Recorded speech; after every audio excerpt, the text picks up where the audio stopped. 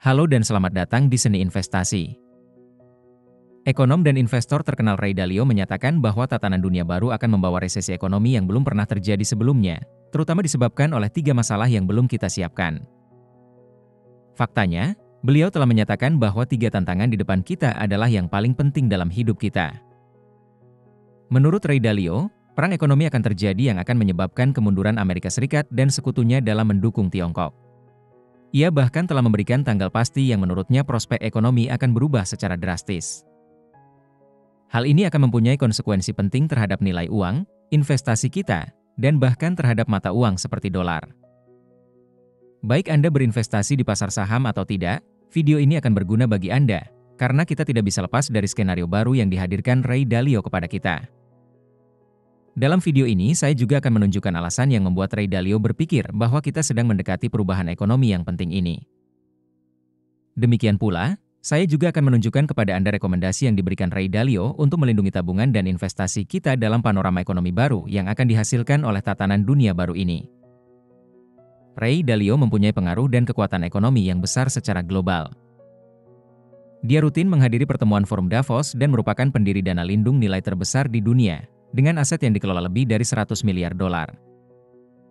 Ia memperoleh ketenaran yang signifikan di pasar keuangan, dan pendapatnya sangat dihormati karena mengetahui cara menghadapi krisis ekonomi penting seperti yang terjadi pada tahun 2000 atau 2008.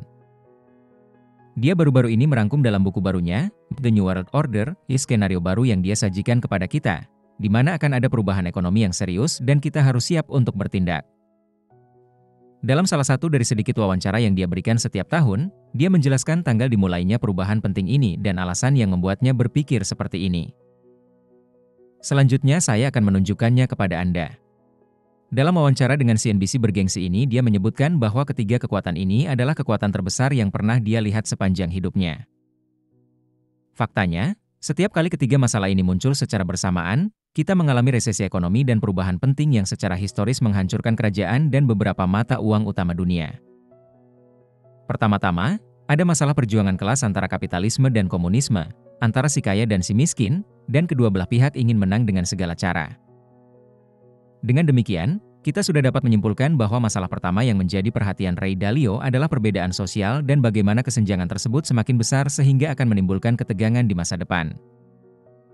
Dalam grafik berikut, kita dapat melihat bagaimana 1% penduduk Amerika semakin memiliki lebih banyak kekayaan, sementara 50% penduduk termiskin semakin sedikit yang memiliki kekayaan dan aset yang lebih sedikit. Faktanya, krisis inflasi yang kita alami baru-baru ini telah meningkatkan perbedaan antar kelas, karena orang-orang yang tidak memiliki aset, yaitu 50% masyarakat termiskin, tidak memiliki investasi seperti saham atau real estate yang, sampai batas tertentu, dapat melindungi perekonomian mereka. Kita melawan inflasi dan yang menanggung semua dampak dari masalah ini. Sebelum lanjut ke pembahasan masalah yang kedua, saya ingin ingatkan jika Anda menyukai video ini, Anda bisa like dan subscribe channel tersebut dengan cara mengaktifkan notifikasi agar komunitas yang kami buat ini dapat menyebar seluas-luasnya dan semakin banyak lagi. Orang dapat belajar berinvestasi atau mengelola tabungan Anda. Kedua, permasalahan berikutnya yang disebutkan Ray Dalio adalah besarnya jumlah utang yang dimiliki Amerika Serikat dan Eropa. Bahkan, ia menjelaskan permintaan utang semakin berkurang dan menilai obligasi Amerika merupakan investasi yang sangat berisiko. Ada dua hal yang akan terjadi. Suku bunga utang yang harus kita bayar akan naik, atau negara harus mencetak lebih banyak uang. Ray Dalio menjelaskan bagaimana masalah ini terkait dengan masalah pertama, karena jika solusi mencetak lebih banyak uang dipilih untuk menyelesaikan setiap resesi baru, hal ini akan menghasilkan tingkat inflasi yang lebih tinggi, yang, sekali lagi, akan meningkatkan selisih antara mereka yang mencetak lebih banyak uang punya dan mereka yang tidak punya. Faktanya, pada titik ini Ray Dalio membuat prediksi berikut untuk masa depan. Di dalam 5 tahun kita akan melihat dunia yang sangat berbeda dibandingkan saat ini karena kebangkitan Tiongkok, perjuangan kelas dan gelembung utang yang kita alami. Perubahan teknologi yang terjadi di dunia, seperti kecerdasan buatan, dapat membawa skenario yang tidak dapat diprediksi. Dengan cara ini, kita sudah dapat menyimpulkan tanggal yang dipertimbangkan Ray Dalio, di mana segalanya bisa berubah secara signifikan. Selanjutnya, saya akan menunjukkan kepada Anda rekomendasi yang dia berikan kepada investor kecil untuk menavigasi lingkungan yang kompleks ini. Sebelum melanjutkan, saya ingin mengingatkan Anda bahwa jika Anda tertarik mempelajari cara berinvestasi dan meningkatkan keuntungan Anda di pasar saham, saya sarankan Anda berlangganan daftar tunggu yang Anda miliki di deskripsi video ini, di mana kami akan memberitahu Anda tentang panggilan masa depan untuk kursus seni investasi. Ketiga, masalah berikutnya yang diperingatkan oleh Ray Dalio kepada kita adalah kebangkitan Tiongkok dan bagaimana Amerika Serikat akan mengalami kemunduran, yang secara signifikan akan mempengaruhi nilai dolar dan perannya sebagai mata uang cadangan dunia.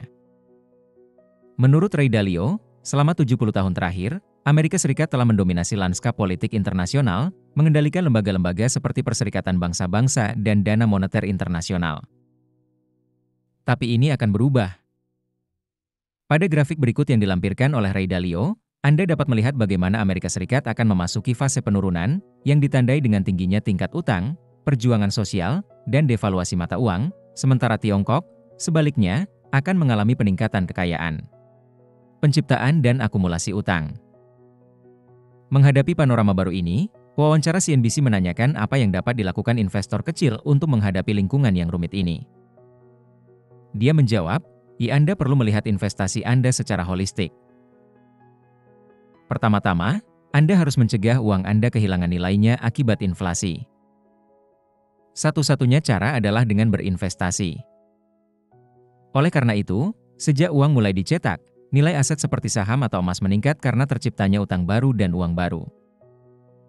Anda tidak ingin memiliki hal-hal yang menurut Anda aman, seperti likuiditas. Pada titik ini, kita dapat melihat bagaimana Ray Dalio dengan jelas menyarankan untuk tidak berinvestasi pada investasi yang sejauh ini tampaknya paling aman, seperti pendapatan tetap dan likuiditas, karena nilainya biasanya akan turun dalam menghadapi skenario inflasi seperti yang diantisipasi Ray Dalio. Namun, aset real yang permintaannya selalu ada, seperti saham, investasi real estate, atau bahkan emas, akan memiliki kinerja yang relatif lebih baik dalam skenario baru yang diusulkan oleh Ray Dalio ini. Faktanya, di bawah ini saya akan menunjukkan kepada Anda sederet saham yang saat ini diinvestasikan oleh Ray Dalio. Nasihat kedua yang ia berikan adalah, kita akan hidup di dunia yang benar-benar berbeda, dengan banyak ketidakpastian dan risiko. Oleh karena itu, penting untuk mempelajari cara melakukan diversifikasi tanpa mengurangi ekspektasi keuntungan Anda. Diversifikasi yang baik dapat mengurangi risiko Anda hingga 80%. Dalam hal ini, Ray Dalio selalu merekomendasikan untuk menginvestasikan sebagian besar portofolio kami pada saham nasional dan internasional. Faktanya, Ray Dalio mempopulerkan teori manajemen portofolio yang disebut E4 musim. Jika Anda ingin mempelajari lebih lanjut tentang alat canggih ini, saya sarankan Anda menonton video yang kami buat saat itu dan saya tinggalkan di bawah ini. Pada gambar Wall Wisdom berikut, Anda dapat melihat portofolio terbaru Ray Dalio yang diterbitkan, dan kita melihat bahwa sektor favoritnya untuk berinvestasi saat ini adalah teknologi, karena dia membeli saham perusahaan seperti Google, Facebook, Microsoft, atau Visa. Sebaliknya, dari sisi penjualan yang dilakukan, kami melihat sektor perbankan mendominasi, dengan saham-saham seperti Bank of America atau JP Morgan, mengingat sektor tersebut merupakan sektor yang paling sensitif terhadap siklus perekonomian dan tentunya berusaha menghindari hal tersebut. Permasalahan yang mungkin muncul di masa depan. Faktanya, jika kita melihat secara mendalam portofolio Ray Dalio, hal itu konsisten dengan apa yang diungkapkannya dalam wawancara dengan CNBC kali ini. Ray Dalio biasanya memiliki porsi portofolio yang sangat signifikan dalam bentuk utang atau obligasi jangka panjang.